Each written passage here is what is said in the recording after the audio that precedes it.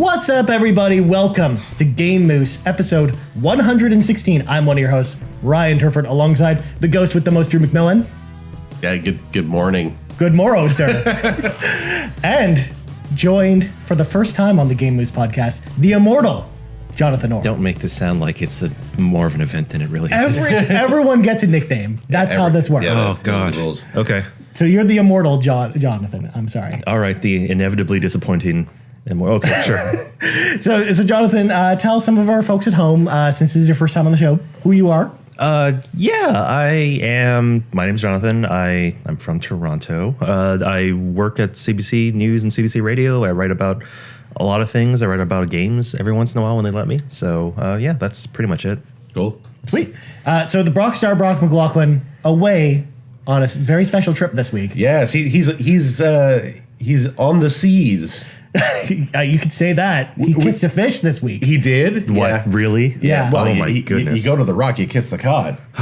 Clearly. Wait, is this like a statue or is there an actual fish? No, an actual fish. You actually kiss a fish. Huh. Yeah. Those are the rules. I need to go there one Yeah, day. none of us. I don't think any of us. You haven't been to Newfoundland either, have you? I have. You have? Yeah. The only thing from Newfoundland I have is my dog. That's a tradition. So Brock is in Newfoundland. Yeah. He's going to tell us all about it next week. If you want to know more about it, just go to his Twitter at Brock McLaughlin. That's the only time I'm going to say it. And we can tell you it's pirate related.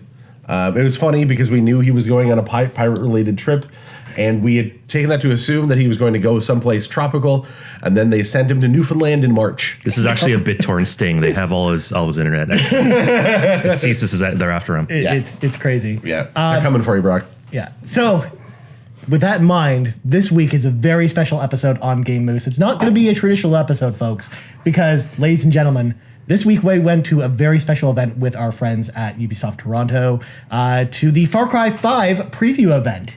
So that's what the show is going to be all about this week. We'll also talk about what we've been playing later in the show, but for the most part, this episode is going to be all about Far Cry 5. It's all Far Cry 5 all the time. Yeah. Yeah. Which was pretty cool. So, first of all, for the first time, Drew and I, and Jonathan was also there. I know you've been there a couple times, but we got to go to Ubisoft Toronto for the first time. Oh, it was your first gig there? I've never been there before. Okay. I had been there before, but just dropping my friend off at work like twice before, but that was about it. Give your friend a shout out, by the way. Oh yeah, Mr. James Wells.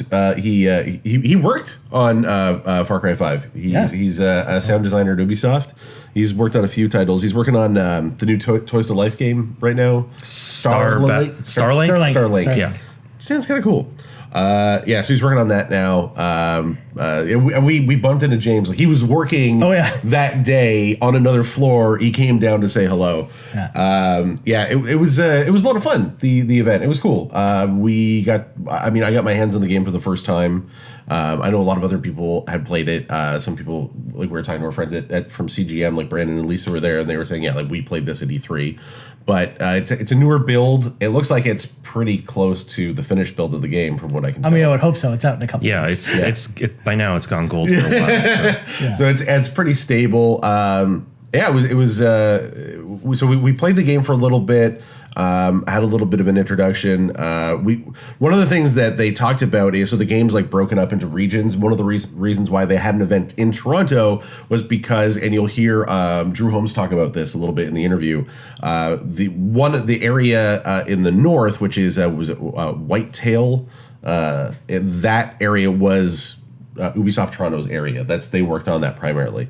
So each of the areas was done by different studios. Montreal was the lead studio overall, but the area and Joseph Seed, who's one of the villains in the game, who we heard from when we went to the event, that's his area as well. So like, there's multiple villains. They each have their own sort of area, and so Joseph Seed, who's also known as the Father, he rules over Whitetail, and so we got to see different parts of that like when we were there, and like all kinds of different stuff. Like, there were missions. We saw the mission, like a fun little side mission where you get a quote unquote Fang for hire. Yep. Which seems to be a little bit inspired by Far Cry Primal. Well, there was that, plus Far Cry 4 sort of introduced the guns for hire, which were different mercenaries you could hire for each mission. So these are all supporting characters with like names, personalities. Oh yeah, and different abilities as well. So when we saw, so there's fangs for hire as a sort of like an adjunct to that even. Yeah, which are different animals. Different animals. So now they like there's a Cheeseburger the bear. Yep. Who. They like to remind us several times has diabetes. Yeah. And only likes fish now. Yeah.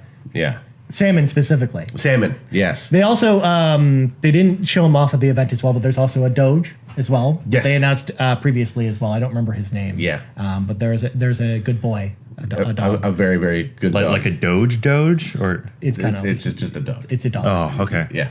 So I got your hopes up. Man, if you had like a Shiba companion, there's like instant buy. That would be amazing. Yeah, like Wow. If maybe there's this, maybe it'll be like DLC to add a Shiba Inu into the game. I'm kinda Like, curious to what the reskin Far dog. Cry X Tokyo Jungle. Yes. Yes, See, that's a really good video game. I'm glad someone else remembers that game. that was a solid. I'm kind of curious to what the other fangs for hire too, because we saw like silhouettes of them, but like I wonder like what kind of other animals they have. Inevitably, there's going to be some kind of wolf situation because there's all these references to like the wolves. So like there's wolves as like as enemies in the game, and they are and they're being trained at the Fang Center, which is like supposed to be like this. It was like an animal refuge. Yeah, that have been taken over by the bad guys, and they've been using them to train killer attack wolves. Yeah. So one of the missions you can do, one of the side missions is, and this is one of the missions we saw, was to liberate this area, and then it comes under your control, and then you can use that. To track down Cheeseburger and then recruit him. Yes, and that's the whole thing. Yeah, because likewise, the guns for hire, the actual human mercenaries as well, will have recruitment missions like that as well. They showed that a bit off on the open world map. Yeah. Where you would go to sort of recruit each person. And that was actually how you did it in Far Cry 4 as well. And Primal was more just taming, you had to tame specific animals, but it was very different how they approach that. So I'm interested to see how this plays in, but I'm really excited for that aspect because the side mission that we saw was really cool. Like I really I thought that it was a lot better well done than just, hey, go here and do this. There was a variety of activities throughout it, right? Yeah. Like it opened with the typical like scout the area, find the bad guys, do the combat puzzle, and then you got a quest, and the quest was the first stage of the quest was go fishing. Yeah. Because Cheeseburger likes fish. Yeah. So you need a fish to tame Cheeseburger. Is fishing new in Far Cry? Yeah. Yes. Yeah. Because there was gathering in Far Cry Primal. Yeah. And there's always been like some kind of Sorry, Crimal? Did you say Crimal? Primal. Okay, I'm thinking the GTA. If only. Yeah. If only. All right. Yeah. No, Far Cry Primal had a bit of that stuff, but Yeah, it looks like hunting, it's right? Yeah. And all the Far Cry, like since 3, there's been elements of like hunt animals, Right. like kill so many sharks to make an wallet. upgrade for your wallet. Yeah. You gotta get that sweet wallet. Just go jump in the ocean and find So yeah, sharks. so adding fishing, I guess, and it's appropriate to the setting, right? Because the game's set in Montana. Yeah. In Hope County, Montana represent. Yeah. If you're watching the video, Drew pointed to his hat that says Hope County, Montana. Yeah. That was the sweet swag they gave us. This awesome trucker hat. And they sort of talked about that. So there was a panel. We should mention that there was a panel. With Drew Holmes, who's the lead writer, J.S. Decant, who is the narrative director, and then Greg, who plays the father. Yeah. Joseph Seed, the father, yeah. Right. Who's like, they describe him as being like the main villain because he's like the leader of the family of villains, but there are, I think, essentially 4 villains in this game. Yeah. So as you were describing it, Joseph Seed has one region under his control. Does that mean he's not really like the overboss of all the others, technically, right? Like I think the whole thing is that the family, because it's Joseph Seed is the father of the family, and the family are sort of the cult. Yeah. This is a doomsday cult. Yeah. As JS like to remind us quite a bit. Yeah. because I was reminded of that setup comparing to Mafia 3 last year, where like the big boss of the mafia, you don't get to him until you control all the other districts by his like underbosses. But in this case, Joseph is actually part of one region, not necessarily like the overboss of all, like the Dr. Wily to the other. Not necessarily. They've sort As far of as we implied know. that like he exerts more influence over the other members of the family. At one point they talked about a moment where like two of those where he meets another one of the villains, and Yeah. he sort of like commands the room a little bit more because he's a bit more of a badass. So there's more of a narrative, like there's a narrative and storyline hook to his importance in the story, right? Yeah, but mechanically, he might be similar to the others. Yeah, and they suggested that you can tackle the regions in any order that you want. That was they wanted to make that right. make it less linear in that sense. Yeah, because unlike Far Cry 3, spoilers for Far Cry 3 for some people as well, that when you get halfway through the game, you kill Voss, who's like the big bad for that game. Yeah. But then you go to another island, and there's another dumbass warlord that you then have to go for, and then the game just sort of falls off the rails at that point. Yeah, they tried to escalate it from there. It did not go well. Yeah, and so I think that this model works a lot better. It's going to probably feel much more natural when you play it. So what happens if you go after Joseph Seed's section first and take him out? So or whatever it means to take over that region, I wonder. The mechanic will be interesting. Yeah. They talk about like escalation, like you engage with the cult and you do certain things, and there's kind of like what they describe as an escalation meter. So basically, your how you how much you fight the cult brings that meter up, and I'm assuming that as the meter goes up, there's going to be certain sort of like narrative milestones, and it might push you in a certain direction. Yeah. Right. So like you might lock down Joseph Seed's area, but Joseph Seed might not be over and done with. It is probably a safe bet that you do not kill him at that point. Yeah. In the story. No, they even, and then, as a matter of fact, they mentioned that they started this game with two notions. The first was they wanted to set it in the United States, and the second was they had a clear idea of what they wanted the ending to be. Yeah. And then they sort of built everything else around that. That's fascinating. Yeah. So we're going to hear that in a little bit later. So let's, that being said, we're going to listen to, we had a chance to sit down with, Ryan and I had a chance to sit down with JS and Drew. Yep. And we asked a few questions, and you get to hear their answers. We're going to listen to that now. I think Far Cry has a very rich history of maniacal villains, and it was about how do we bring another character to that fold, but not repeat what had been done before. And I think when you look at Voss and Peg and Min, there's a lot of similarities between the two, and it was about, okay, how do we build someone who's just as crazy as them, but maybe not in an obvious way, and someone who's going to sort of get under your skin a bit more and stick in your head and sort of fill you with his ideology and make you start to question whether what you believe is correct, and whether, do you believe him? Do you not believe him? That, for me, I think, was the most interesting aspect of it when we started to talk about the character. Yeah, the key is that Joseph Seed is convinced that he's the good guy and the player is the bad guy. So that changes the dynamic. I think before we had just like maniacal evil, as you were saying. And this time we have a guy who truly thinks that he's the right guy. I think it's a balancing act. I think that we knew the story that we wanted to tell very early on. Dan had an idea for the ending of the game, pretty much from the moment I started talking with him about the story that he wanted to tell. And we built those characters and the themes around that idea of a world on the edge, and what are we as a people, as a society, willing to do to pull ourselves back from that chaos. And that was this sort of the core thrust of the story for us. And as it develops over the years, reality starts to catch up to this fiction that we've been building, and then you sort of you're caught between, okay, do you how much do you acknowledge and sort of pull apart from what you initially started on, or how much do you not sort of you ignore everything at the risk of sort of feeling irrelevant because we decided to set things in America. So it was tough. I think ultimately what we have is a story that is very true to what we initially wanted, but I think what we have is characters in the world that feel relevant to the time period and the opinions that we all share today. And I think rather than the story being so wrapped up in the present news, the characters themselves will address it in various ways. And I think what's nice is having a big, open, non-linear world that you can just sort of explore.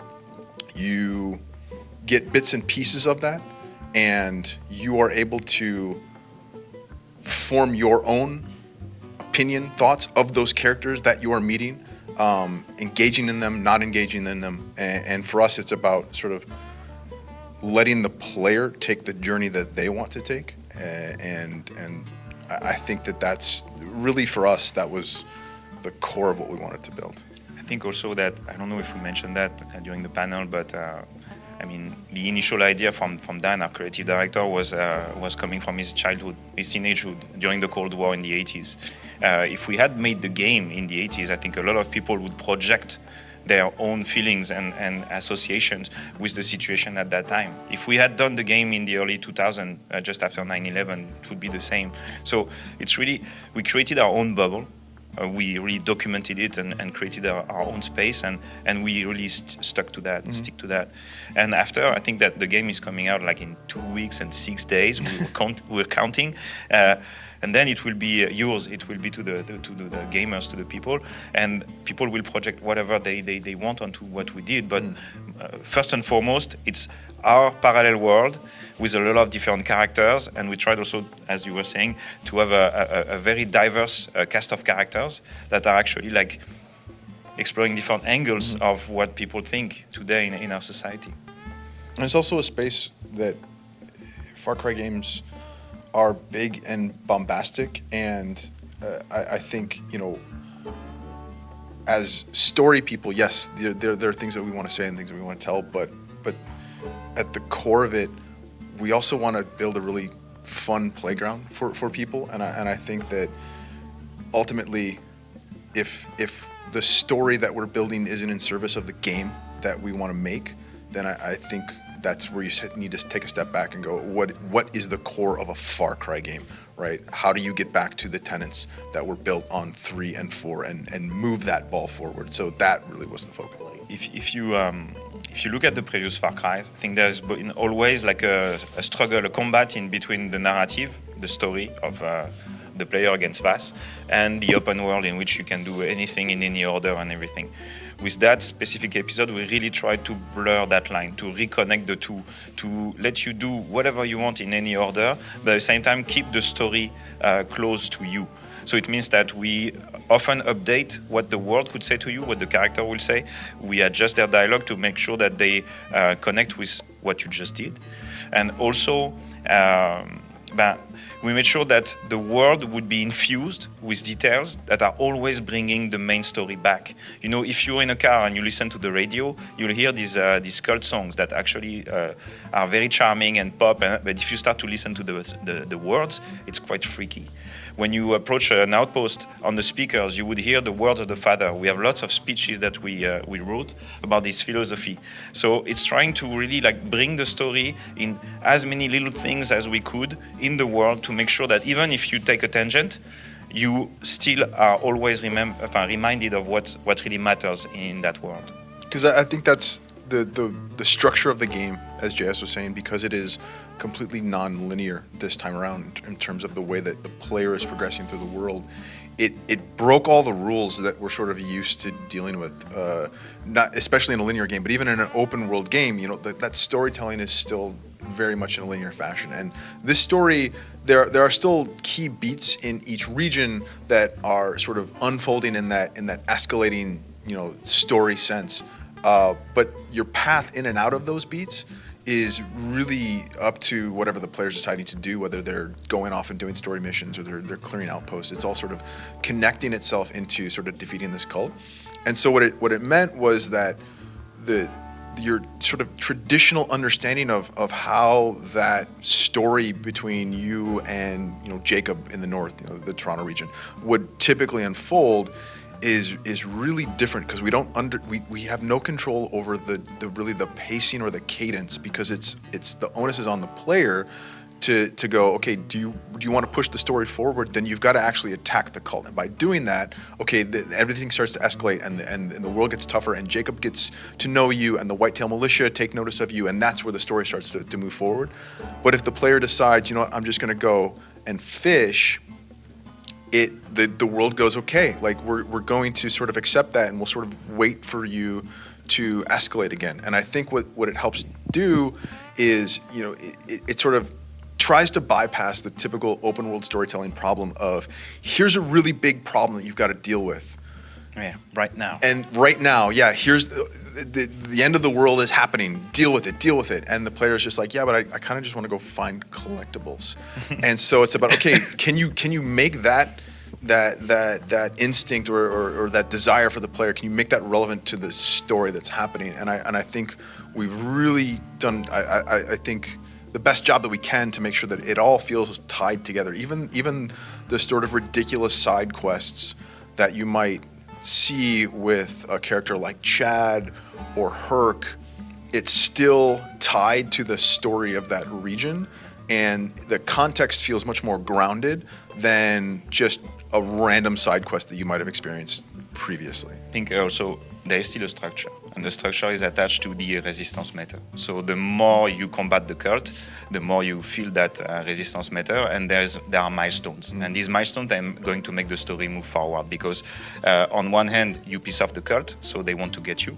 And on the other hand, you inspire the people of the region. So the new events could occur on the side because of your actions. So that's how we move the ball forward, on one hand. On the other hand, we really wanted to get rid of the matrix of the Far Cry. I think before you could really read the matrix very quickly, which after makes the game less, I don't know, mysterious. Climb a tower, You know, hit a button, exactly, fill yes. the icons up. Tuk, tuk, tuk, the map is filled, right? And also having a lot of activities that could be super fun to play, but that are not tied to a story. It's just like, oh, let's do a quad race. Woohoo!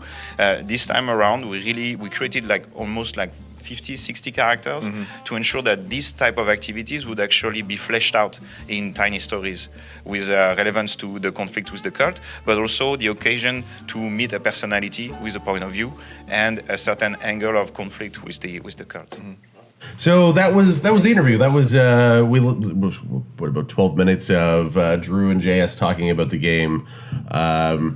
So like, we asked some questions about, like, first of all, like, what is, they've been working on this game for like 5 years, and when they started the game, Trump was not president of the United States.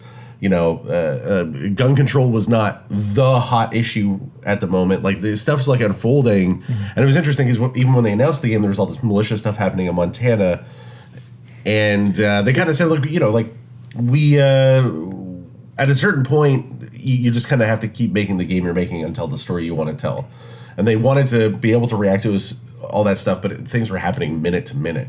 Yeah. So yeah, like, it was weirdly topical when they announced the game. Like, everyone was like, "What is this? Why is this?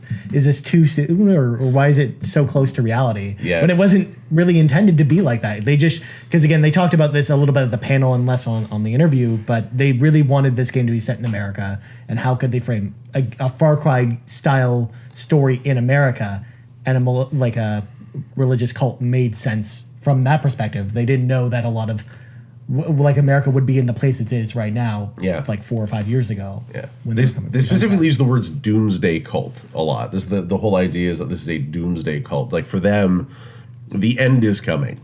So I guess that means that, like, no holds barred. They just do whatever they want. That would explain why there's a certain amount of, like, anarchy and insanity in the region where you are. That's the thing. Like, the other Far Cry games have been set in places where, like, fictional Himalayan country that is under the control of some despot or forgotten island nation. Like, the whole idea is that, like, the infrastructure in those places caters to the whim of the villain. But in the United States, there's quote unquote forces of law and order, and why aren't they being involved? Why are they involved? And I mean, and your character, I'm pretty sure, is supposed to be you're like a U.S. Marshal or something, right? Like, yeah.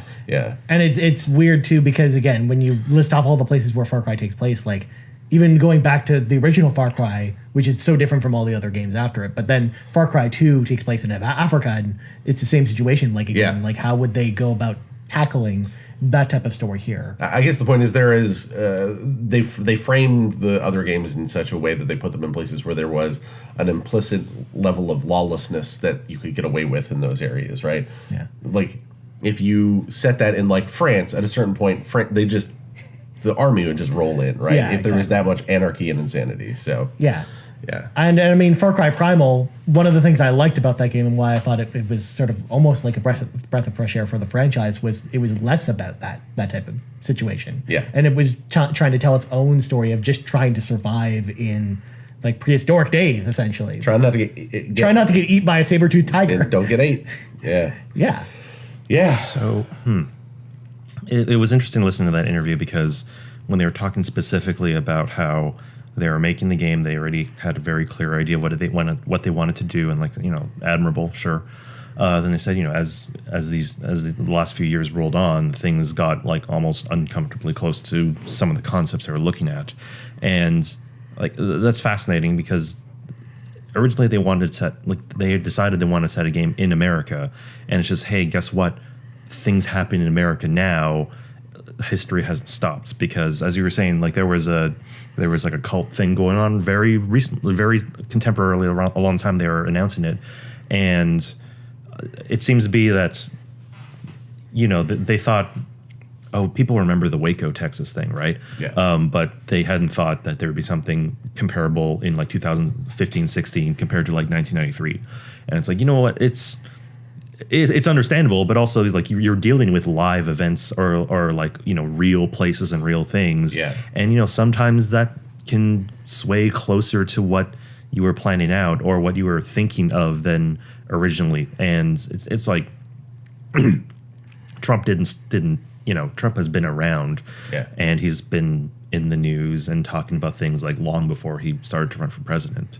And when he announced he was running, it was still a long shot. It was still it still felt like a Far Cry storyline. The absurdity of it. And as things kept on rolling, it's certainly it went to places that not everyone would have anticipated. But that's kind of the narrative or like the creative risk you take, I suppose. when you set it in some place when you're that's thinking of real. like, how do we find something that's contemporary and like something that people have some kind of even like background emotional contact to. These things have gone in directions that in real life in ways that probably none of us could have anticipated like 18 months ago. Yeah. But it's like, hey, that's the kind of dynamite you're playing with when you work in these kinds of narratives. I mean, it's a fascinating challenge. I mean, like you don't have to look any further than like I think what is arguably one of the most controversial scenes in a video game in the last 20 years, which is No Russian. Yeah. Right.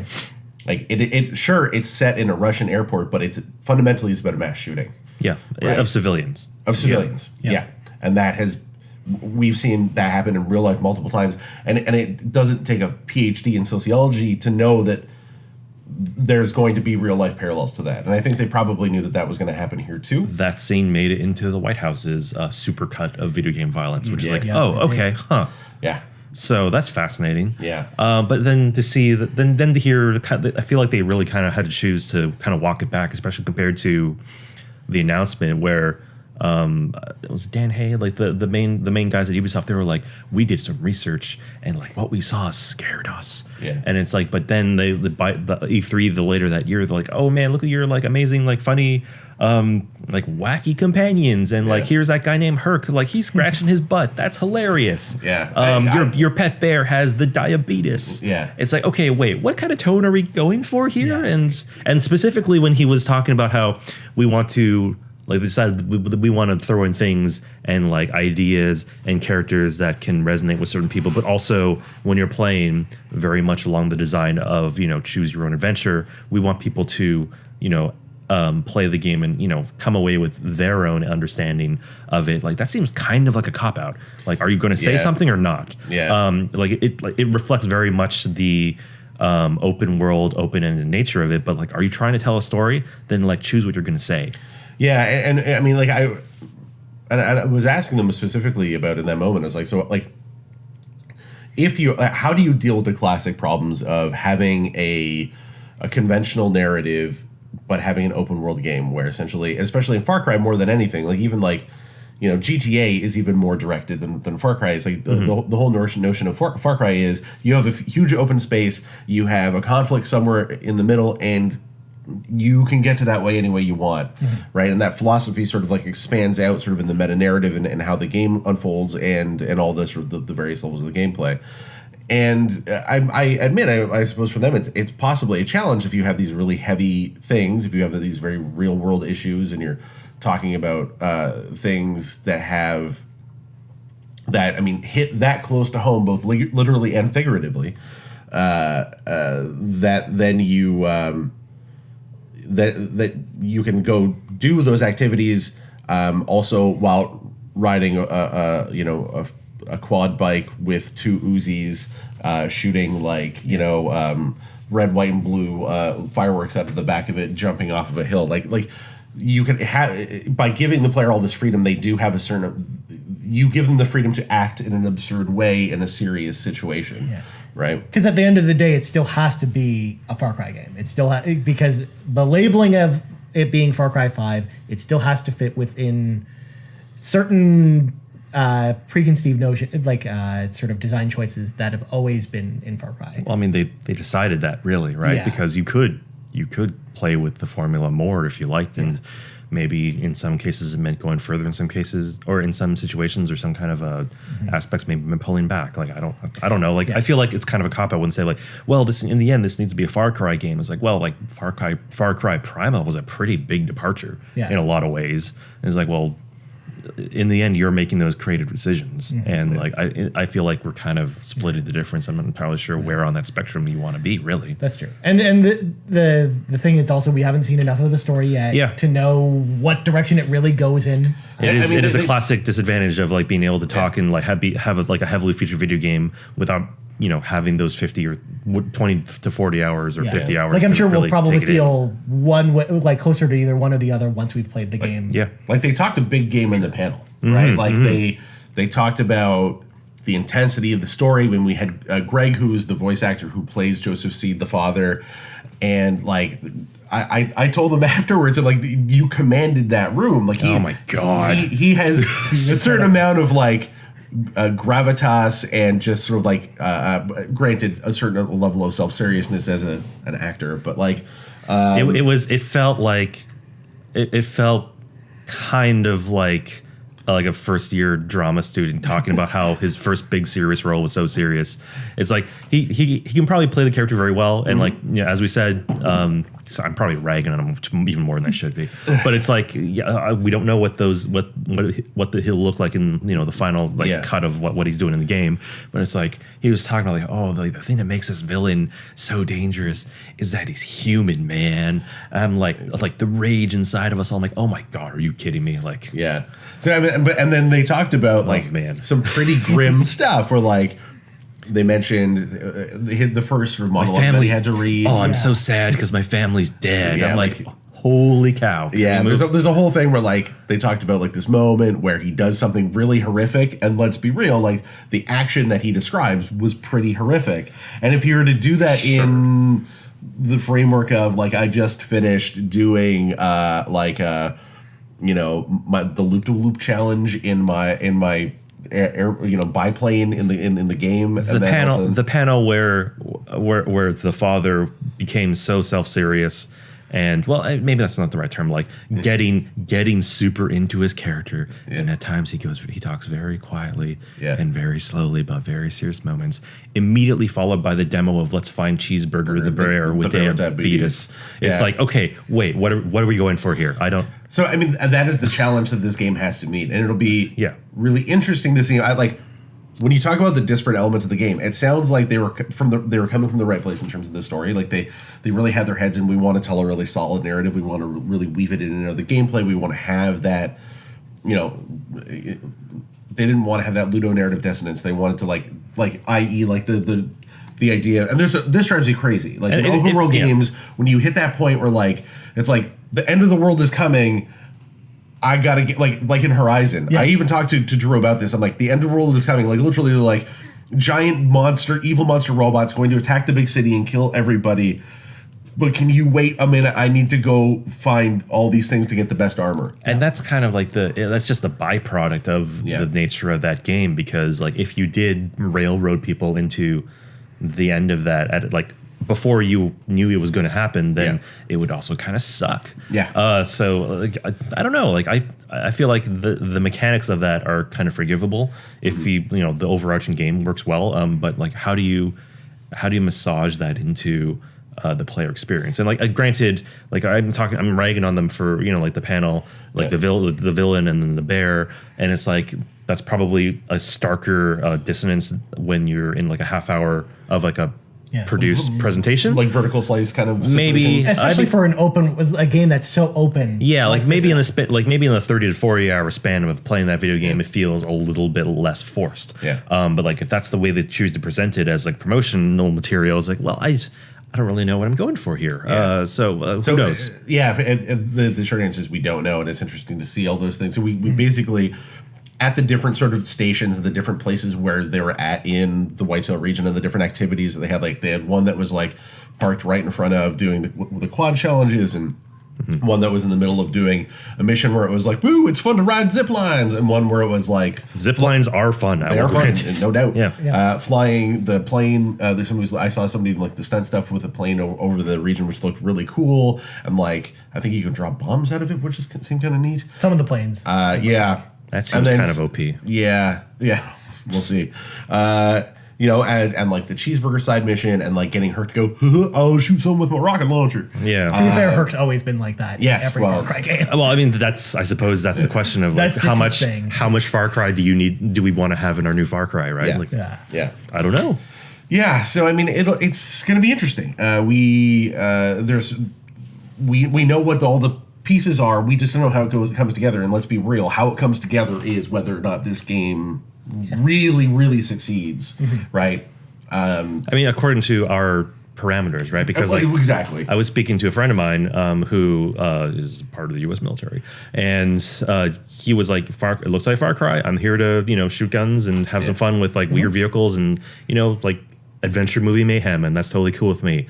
And like, if that's what you're going into and you're expecting, and that's probably going to be totally fine, you will probably be fully satisfied with that. Yeah. Like my still like nagging hesitance is when they first announced this, they were talking about something that was not just that. Yeah. And it's like, how much are we dialing back that? And like, for what reasons did they do that? And, or maybe that was the plan all along. And I can't, maybe as like people like in the media, like those presentations and those reveals resonate with us more than like most people who just play the game. I mean, I, on the other end of it, I kind of feel a little weary of them too, right? Yeah. Because like we watch every major press conference, every event that we have in Toronto. Don't we I get happy when we get events in Toronto because we get maybe 3 or 4 a year. Yeah. Right. I've seen so many of them. I feel a little jaded by them at this point. Because this event wasn't just for press. There were some fans there too, and like there were fans sitting right in front of me, and they were just locked in. Yeah. Right. They were, but like I get that because that's like a magical moment for them. Like as a fan, you don't get invited to those things typically, right? Yeah. You don't have the same sort of jadedness that we have about some of this Especially stuff. Well, like hopefully it's grounded skepticism, right? Yeah. Well, yeah. Yeah. And it sort of goes back to what you're talking about too. Everyone's going to approach this game a little bit differently with their own biases and what they want out of this game. Yeah. So specifically at the Ubisoft event, like, okay, like is this crafted for fans and influencers, and like fairly the people who worked on the game who are also there, who are there to celebrate their upcoming launch, and like that's totally cool. Like, well, is it for us? Like, probably less so than it used to be. But yeah, I mean, and generally things are a little less for us. That's more that's more inside baseball. So I don't want to get too much into that. That's okay though. Everyone likes baseball. Do they? No. Really? Baseball's. I saw that one episode of Samurai Champloo where they played baseball. That was pretty good. That episode's so good though. Yeah. Good show. Yeah. Also, shout out to that Deep Space Nine episode. Oh dear God, that was. Oh yes, but when they play baseball against the Vulcans. Oh God. No, was it the Cardassians? Wasn't it? It was the Vulcans. It was the Vulcans. Yeah, because the whole thing is like Vulcans are faster and stronger and right. require less oxygen than humans, so they wouldn't beat the pants off It's them been every time. my credit has been shot. It's been a long time. I just remember Worf going death to the enemy or something like that. Yeah, that was fantastic. And Rom was it Rom? Was Nog or Rom? I think it was Nog was the he was the catcher. Which seemed appropriate because he's a little dude. Yeah. Good show. Deep Space Nine, go watch it. Okay. I used to do this with my arms. I don't watch Star Trek. Yeah. Because I'm a weirdo. Don't worry about it. Like Star Trek is weird too, but Yeah, and Deep Space Nine is the weirdest of all the Star Trek. Deep Space Nine is the least Star Trek of all mean, Star Treks. it's the- I suppose Discovery might be near to it for other reasons. Yeah, it is too, right? now. Yeah, but until Discovery, DS9 was the redheaded stepchild of Star Trek. Yeah. And the best, Yes. in my opinion. But, Absolutely. okay, tangent. Indeed. Well, So it's a yeah, conversational podcast. We talk all about that to say, we had a good time at the Far Cry event. It was Who is the certainly Jake Sisko of Far Cry 5? We'll find out. fun. Jake Sisko, the worst character, Captain Sisko, my favorite captain of all time. There you go. Fair. Yeah, I'd probably Herc though is the answer. Yeah. Or is he more of a? I don't know. Anyway, He's the constant. He's the Far Cry constant. yeah, The one thing I want So to that say would make him the Q. kind of. yeah, He's always right. there. yeah. Because again, Herc keeps showing up in all these different situations. It's almost So- like he's the main character. So who would canonically? Who is Herc? Was Herc in Far Cry Primal too? He's a- Far Cry Primal. Primal. He was in Primal. He was in 4. He was in 3. Yeah. But are they understood to be the same character, at least in the modern day ones, or what? I think the whole notion is that time is a flat circle. Yeah. Okay. That everything just comes back to where it is, and Herc he's one of those universal constants that's just like as through the cycle of life, death, and rebirth, there is always a Herc. Yeah. There's Right. always there's always a man, a woman, and a tower, and a lighthouse. Yeah. It's a man, a city, and a A man, a lighthouse, city, and a lighthouse? which is way more depressing now that we put those two ideas next to each other. Yeah. but Speaking also- of which, the yeah. reason why Segue. Drew Holmes was also the writer on Bioshock Infinite. Huh. That's why I asked him, was like, so this isn't your first charismatic religious leader that you've written? Yeah. Yeah. Wow, what did he say about that? That sounds Well, he said he wanted to make him very, very different. yeah. That was his sort of the first Probably stuff a he was good talking about. choice. Yeah. Comstock, kind of a dirtbag. Also, everything unraveled. Anyways, that's Yeah.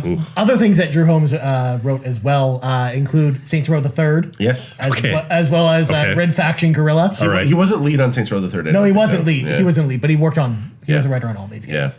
And then I know JS worked on Primal. Yeah. I think that was his first game at Ubisoft. As narrative director, yeah. Yeah. Yeah. Yeah. All right. Yeah.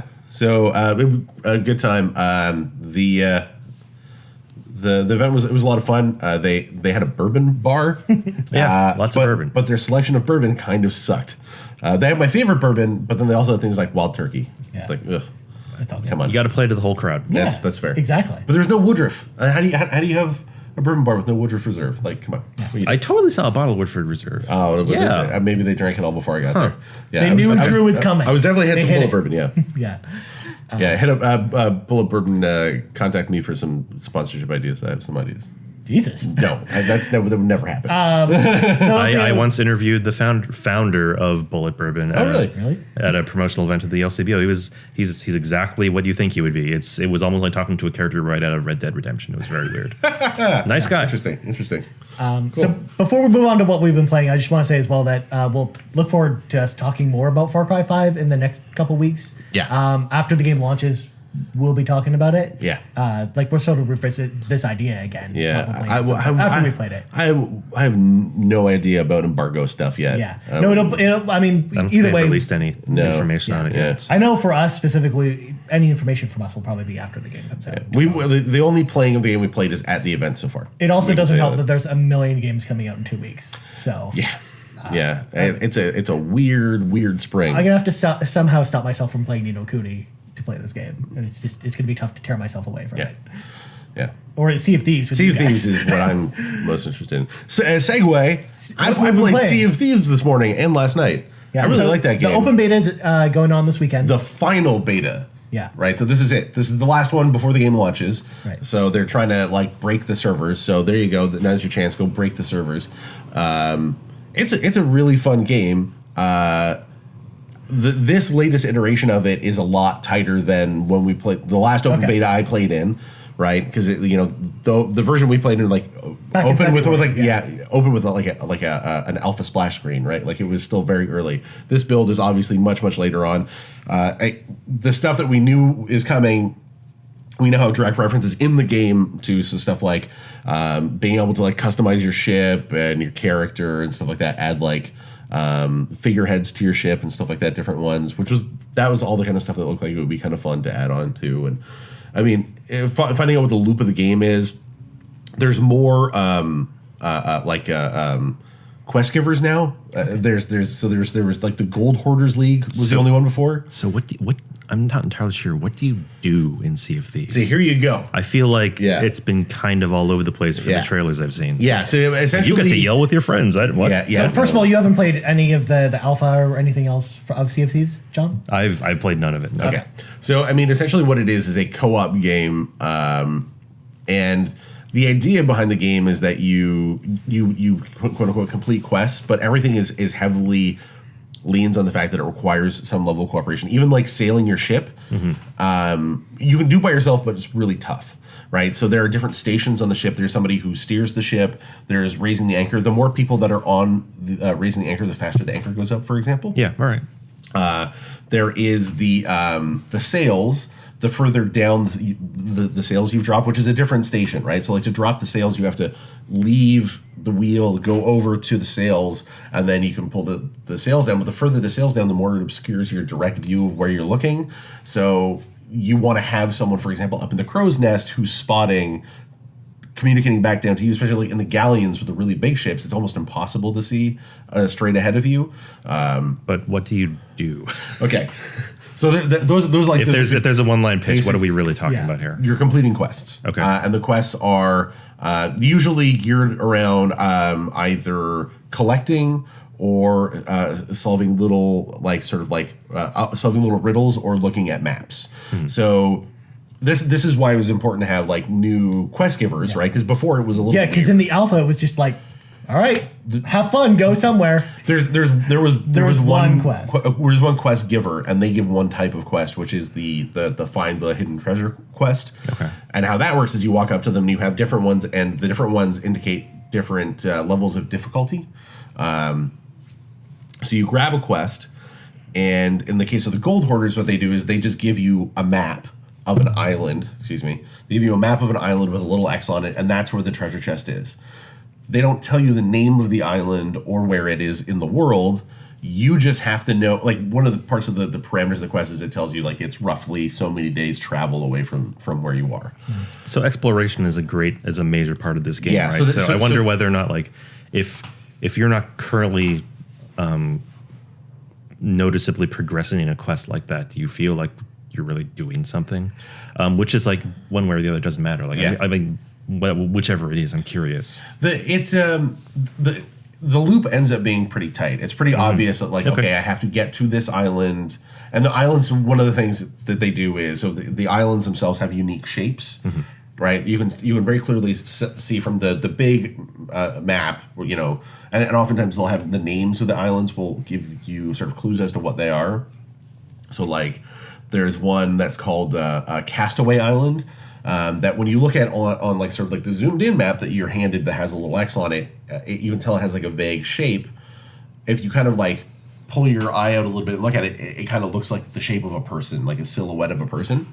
And then you can easily translate that to the big map. So there's on every ship there's a big map room, and you kind of like have to move around and kind of try to find that shape or some other sort of like context clues to figure out which island am I going to. That sounds cool. Yeah. Then you have to navigate to the island. So that's a matter of just sailing, and that's where like the cooperative gameplay comes into play. Where like, okay, you lower the sails, you two guys raise the anchor, you go up with the crow's nest, and you get out the spyglass and try to find the shape that matches the map. And like one of the things you can do is like, so when you the map that shows you what the shape of the island is, you can hold it up and look at it, and that's how you sort of like your character basically in first person perspective holds up in front of them.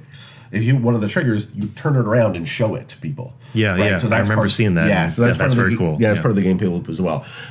That's just for the treasure chest part of it. One of the things they added was a new quest merchant or quest giver, and they're the Merchants Guild, and for them they get instead they'll give you like a list of things to collect. Right, so in my case, it was find 2 chickens. Right, I don't even know how to catch chickens in the game yet. So, but you better find out. Yeah, It doesn't really give you a lot of direction. I saw with that pigs for the first time. Pigs weren't in the last build. stuff. Okay. I don't know how to catch pigs. I don't know how to catch pigs in real life, let alone in a video game. Yeah.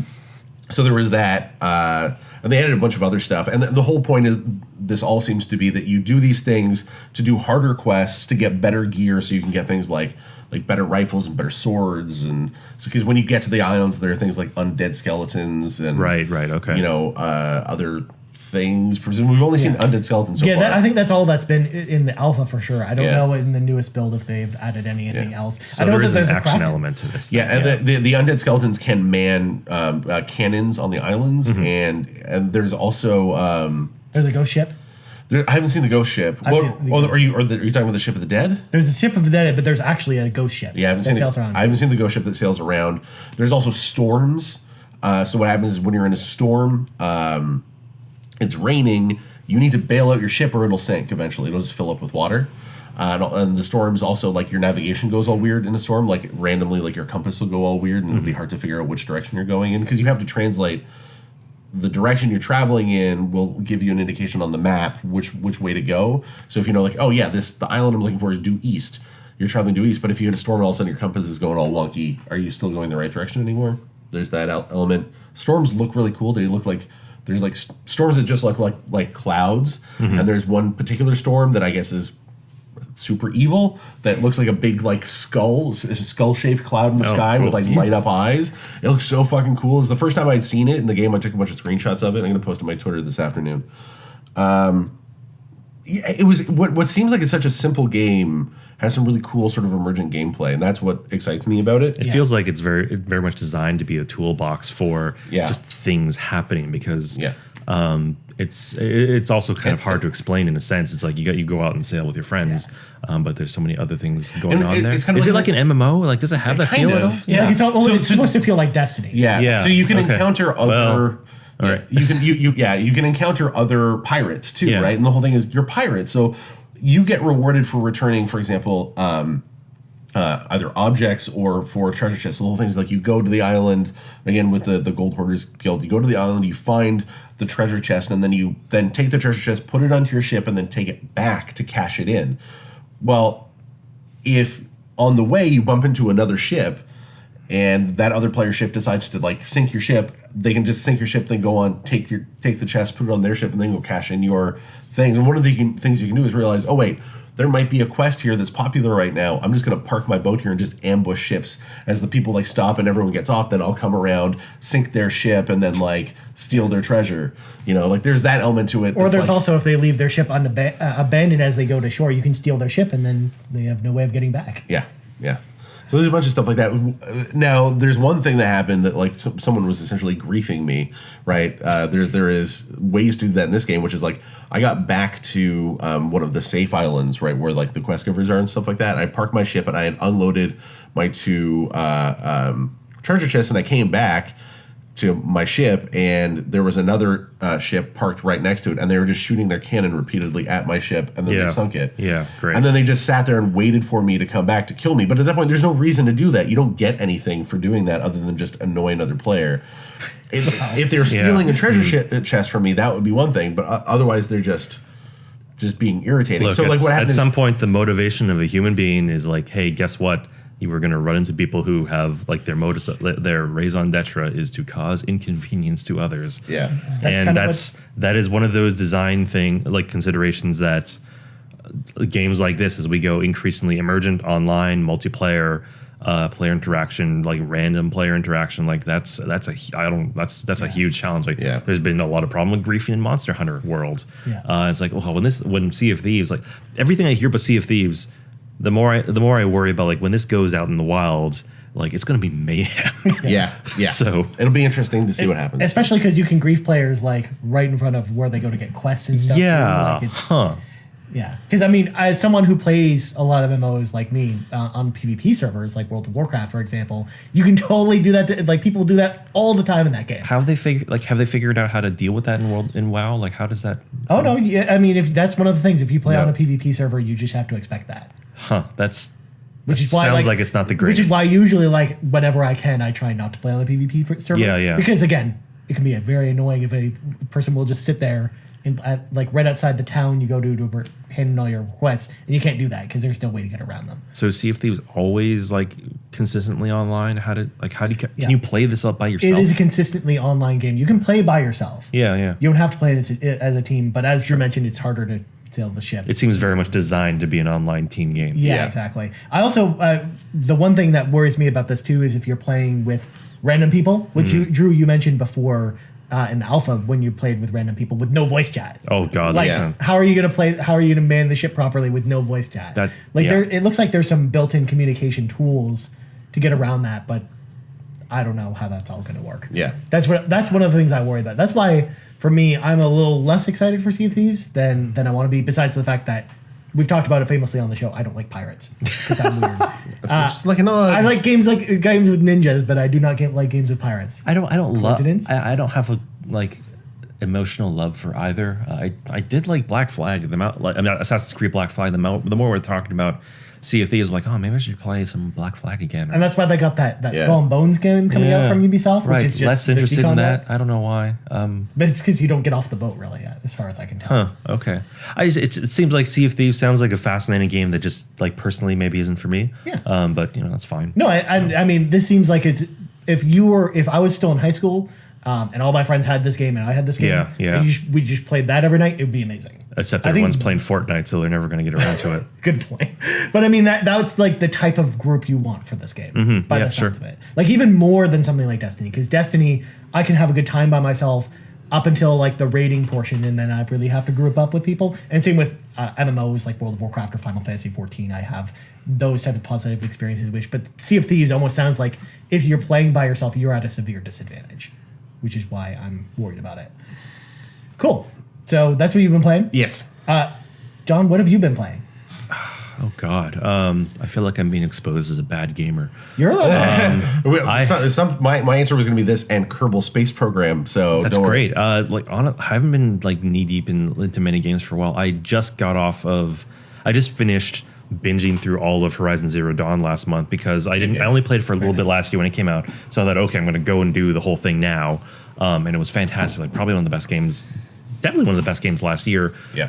Kind of got the short shrift in some Game of the Year discussions and lists because like, I don't know, it came out in February. People forgot about it. But there's so much there. It's so fantastic. I went through all of it and then I immediately went through the expansion. The expansion is the voice acting in the expansion is kind of awesome. You see a lot of characters that are like, oh, hey, that's Jennifer Hale. I was like, oh, wait, that's Janina Gavankar. She was talking about that when I interviewed her. So yeah, it was really cool. What else? I've been playing more Diablo 3 like I always do. The new season started, when they, every couple months they do like a reset where you can choose a new character of like, fresh start. I think I have upwards of 1,300 hours in Diablo 3. So it's kind of. Are you gonna play it on the Switch when it comes? It's kind of like not really like that. I haven't played the console edition. I heard it's very good. Yeah. But that game for me feels like that is a PC game. I play that with a mouse and keyboard, which is I am not a mouse and keyboard like purist by any means, but that is. There's something about the tactile feel of playing that. Compared to the console version. When I played it in that format for so long, maybe that's just how I do it now. Yeah, especially if you came from Diablo 2. Yeah, absolutely. I've been playing Diablo since Diablo 1. So what else? Gosh, I've been meaning to to jump into another game in my queue, but I'm not really sure where to go. Like either Monster World or I want to try out Yakuza Kiwami.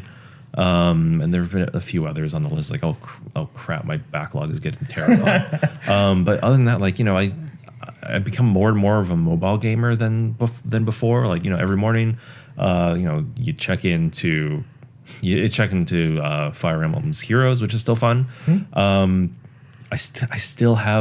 I still maintain my town in Simpsons Tapped Out, which is like God, what's old school? What is wrong with me?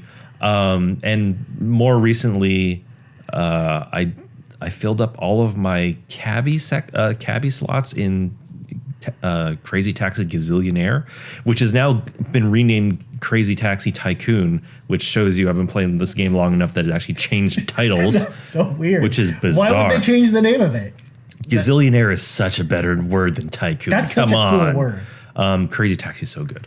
the original and like the new one, like this new. It's like basically a tapper, but it's kind of like really harnessed in like a new modern, like almost millennial version of that attitude, which is very cool. The only downside to that is that it doesn't have All I Want by The Offspring. Just it does. Well, no, not an infinite replay, but like it does have the two Offspring the songs. One? Yes, it is fantastic. So the only two songs in that game are Offspring songs, like the Offspring songs you want from God, it. every time I think about Crazy Taxi, all that comes to my brain is yeah. That is it is a quintessential example of like there's a pop song and I can only associate it with that video game. It is the all-star of it is the all-star and Shrek of video games. Yeah. Good Lord. Yeah. All right. As for me, I know we're running short on time, but I do have to mention it. I played the bonus episode of Life is Strange Before the Storm this week. Oh. Literally just brought me to tears. Yeah, I was gonna say you cried so hard. I was a broken human being after that, especially because It just shows you have a heart. yeah. clearly. Yeah. But it was more so because the game, like the episode ended in a way I wasn't expecting. And it really hit home on a personal event in my life that really sort of brought that emotion out of me. So, Did you feel like was it done in a good way? Do you feel like it might have been exploitative? Or no, not, it was done in a really tasteful way, Mm-hmm. especially when this is sort of the last interaction we have with Chloe and Max, essentially, because they did announce as part of this that a new Life is Strange is coming this year, because we already knew Life is Strange 2 is coming. Wow. But it's coming this year with brand new characters in a brand new setting. Okay. So it's not going to be. This is the last time we see. Now Max with and Chloe. more time travel. Well, we don't even know if time travel's back. I hope so. There Life might be is some Str- other mechanic. Life is Strange, Quantum Break. Yes. Oh, Yeah, absolutely. The crossover we all wanted. Yeah. So yeah, if you haven't played Life is Strange Before the Storm, you should go play it. Now you know what Sean Ashmore's been Yeah. doing. Now that it's all finished. Did you feel like it was a good like capping off of all of that? Oh, yeah. I haven't played any Life is Strange. I feel terrible. It's definitely on my list, but Like feel like people who haven't played Life is Strange before should almost start with Before the Storm and then play the original Life is Strange. really, okay. Because it's one of those prequels that there really aren't any like holes in logic between the two. Like it feels very natural. And basically, Before the Storm takes place before the story in the original Life is Strange, and it doesn't spoil anything from the original Life is Strange. That's cool. So it almost feels like that is the natural progression. That it almost feels like a TV show that aired out of order. Yeah. Kind of like where like the ending aired first and then the beginning. So yeah, for anyone who's new to Life is Strange, I think you should tackle it that way for sure. And it's really well written and acted. Even the replacement actors for for Ashley Birch as Chloe and the person who plays Max do a pretty good job as well, even though Max isn't really in Before the Storm. So yeah, go play that. But I know we got to wrap up. So before we go, True Plugs, go. I'm at Dan McMillan on Twitter, and www.game-moves.com is a website. You'll be able to see the video version of the interview that you heard in this if you want to see Drew Holmes and JS Decant talk in person. Yep. So game-moose.com/video is where our videos live. John, where can people find you? I'm John. JON_ORE on Twitter, and yeah, you might see my byline occasionally on CBC News or CBC Radio. Perfect. As for me, you can find me on Twitter at Ryan Turford. That's TURFORD. We're going to have a lot of really interesting previews and whatnot to talk about in the next couple weeks. We didn't talk about the Nintendo Direct or any of the major game announcements this week, but we will be talking about all about that next week when Brock returns. Yeah. WarioWare. WarioWare? Yes.